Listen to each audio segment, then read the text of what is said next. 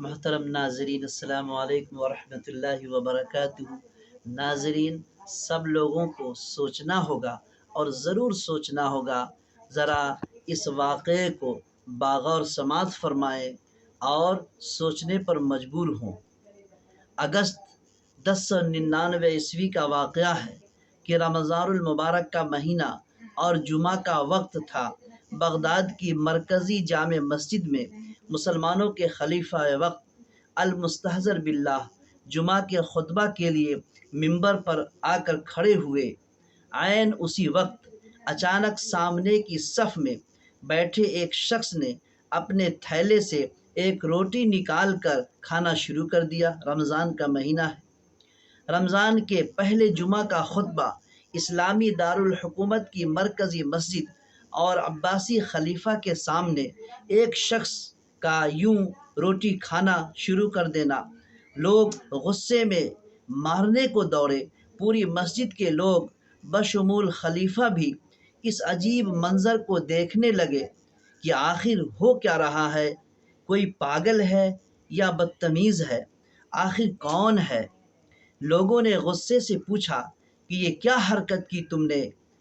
اس پر اس شخص نے گرجدار آواز میں اب بولنا شروع کیا کہ تم لوگ میرے رمضان میں یوں کھانا کھانے پر غصہ ہو رہے ہو۔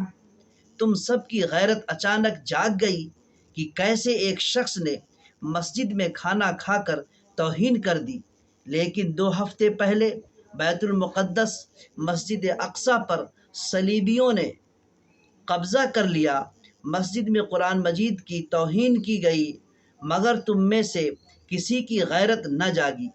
یہاں بغداد میں کسی کے روز مرہ کے کام تک نہ رکے، حتیٰ کہ میں 1 ہفتے سے خلیفہ سے ملنے کی کوشش کرتا رہا، لیکن ان کے محافظوں اور آس پاس گھومنے والے چمچوں نے ملنے تک نہ دیا۔ تمہیں لگا کہ میں نے یہاں کوئی حرام کام کیا ہے، جبکہ میں تو دمشق سے آیا ہوا ایک مسافر ہوں، اور مسافر پر روزہ رکھنا فرض نہیں ہے۔ لیکن اے خلیفۃ المسلمین، تم پر تو بیت المقدس کی حفاظت فرض تھی، تم نے کیوں اسے صلیبیوں کے ہاتھ میں جانے دیا؟ تم یہاں خطبہ دے رہے ہو، وہاں ہمارے بھائی در بدر پھر رہے ہیں، ہماری بہنوں کی عزتیں محفوظ نہیں ہیں۔ میں دمشق کا قاضی اور امام الحراوی ہوں، میں تمہیں جھنجھوڑنے آیا ہوں کہ آنکھیں کھولو، اقصی کو صلیبیوں سے آزاد کرواؤ، اور اگر یہ نہیں کر سکتے تو پھر عورتوں کی طرح گھر میں بیٹھ جاؤ۔ شیخ الحراوی دیر تک بولتے رہے، لوگ زارو قطار رونے لگے۔ خود خلیفہ نے روتے ہوئے معافی مانگی اور سلجوق حکمران سے مل کر اقصی کی آزادی کے لیے جد و جہد کا وعدہ کیا۔ یہ شیخ زین الاسلام الحراوی رحمۃ اللہ علیہ تھے، جو افغانستان کے صوبے ہرات میں پیدا ہوئے اور پھر دمشق جا کر دینی علوم میں وہ مہارت حاصل کی کہ قاضی یعنی چیف جسٹس مقرر ہوئے۔ آپ بڑے عالم اور بہترین خطیب بھی تھے۔ اقصی پر دشمن نے قبضہ کیا تو آپ نے مدرسہ میں بیٹھ کر پڑھنے پڑھانے کے عمل کو موقوف کر کے امت اور امت کے حکمرانوں کے ضمیر کو جگانے کی مہم کا آغاز کیا۔ انہی کی کوششوں کا نتیجہ تھا جو بالآخر کئی سال بعد صلاح الدین ایوبی کے ہاتھوں بیت المقدس کی فتح ہوئی۔